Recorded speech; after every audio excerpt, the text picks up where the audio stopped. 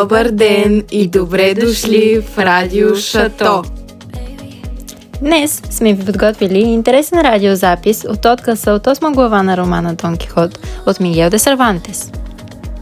В ролята на Дон Кихот влиза Тея Петрова, в ролята на Санчо Панса Теодора Минкова, в ролята на вятърните мелници, които са възприемани от Дон Кихот за гигант, влиза Никола Петров, а разказвач е Стойка Илиева.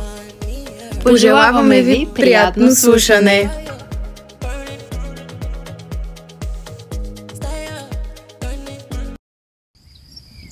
В това време те съгледаха 30 или 40 вятърни мелници, които стърчаха сред полето.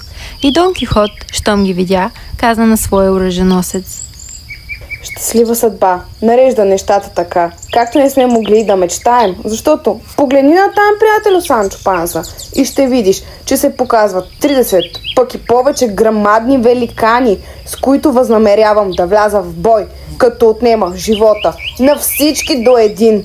Плячката ще е наша и това ще бъде основата на нашето богатство, защото тази война е справедлива и съвсем богоугодно дело е да изкореним тази проклета пасмина от лицето на земята. Какви великани? Запита Санчо Панса. Тези, които виждаш там, отговори господаря му. Някои от тях имат ръце, не по-къси от 2 левги. Слушайте, ваша милост, забеляза Санчо. Това, което стърчи там, не са великани, а вятърни мелници, а това, което на вас ви прилича напред дълги ръце, за крилата им, които движени от вятъра въртят камъните на мелниците. Явно е, възрази Дон Кихот, че не си посветен в тайната на приключенията. Великани са и ако те е страх, махай се от тук и се отдай на молитви. Аз това време ще вляза с тях в жесток и неравен бой. Като каза това, той пришпори Росинант, без да се вслушва във виковете на оръженосеца си Санчо, който го предупреждаваше, че се впуска несъмнено в бой не срещу великани, а срещу обикновени вятърни мелници. Но Дон Кихот беше толкова убеден, че са великани, та нито слушаше гласа на Санчо, нито виждаше какво има пред себе си, макар че се доближаваше все повече към тях, като крещеше колкото му глас държи. Не бягайте, страхливци и подлеци, защото насреща си имате един единствен рицар! Тогава Дон Кихот чу как великаните му говорят. Или си онзи, смъртен, който дръзва да ни предизвиква.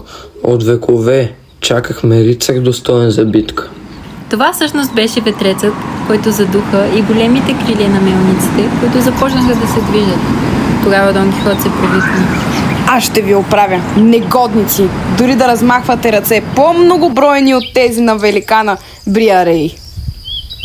След това той призова от все сърце господарката си Дулсинея, помоля да го подкрепи в изпитанието, покри се за защита си, закрепи копието си и пусна Росинант в галоп срещу първата мелница, която се изпречи пред него. Дулсинея е пленена в нашите криле. Освободи я, ако можеш. Когато Дон Кихот чу това, той нанесе удар в крилото й, което в този миг вятъра така шеметно завъртя, че копието се струши на парчета, а конни конник бяха подети и изхвърлени в полето в най-жалко състояние. О, велик рицар, тък му замахна и вече си без оръжие. Това ли е силата на човешката храброст? Санчо Панса се спусна да му помогне, като препускаше мегалето все сили, но когато стигна на мястото на нещастната случка, намери господаря си неподвижен, защото страшен беше ударът, който го повали заедно с коня му на земята. О, Господи! Възкликна Санчо. Не казах ли на ваша милост да премислите добре какво правите? Не ви ли предупредих, че това са вятърни мелници и че само този, който има такива мелници в главата си, не е в състояние да ги види?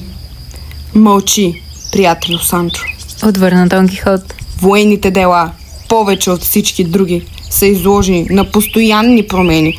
Убеден съм, че мъдрецът Фрестон, който ограби стаята и книгите ми, е превърнал тия великани в мелници, само и само да ме лиши от възможността да се окича със славата на победата. Голяма е ненавистта, която изпитва към мен, но в края на краищата неговите зли магии ще бъдат обезвредени от силата на меча ми. Това вече е божа работа, отговори Санчо Панса и помогна на господаря си да стане и да се качи на Росинант, чийто гръб беше доста пострадал. Потънали в разговори около току-що случилото се происшествие, те се насочиха по пътя, водещ към прохода Лаписе. Защото според Дон Кихот в това толкова оживено място не беше възможно да не преживеят много и разнообразни приключения. Благодарим ви, че бяхте с нас.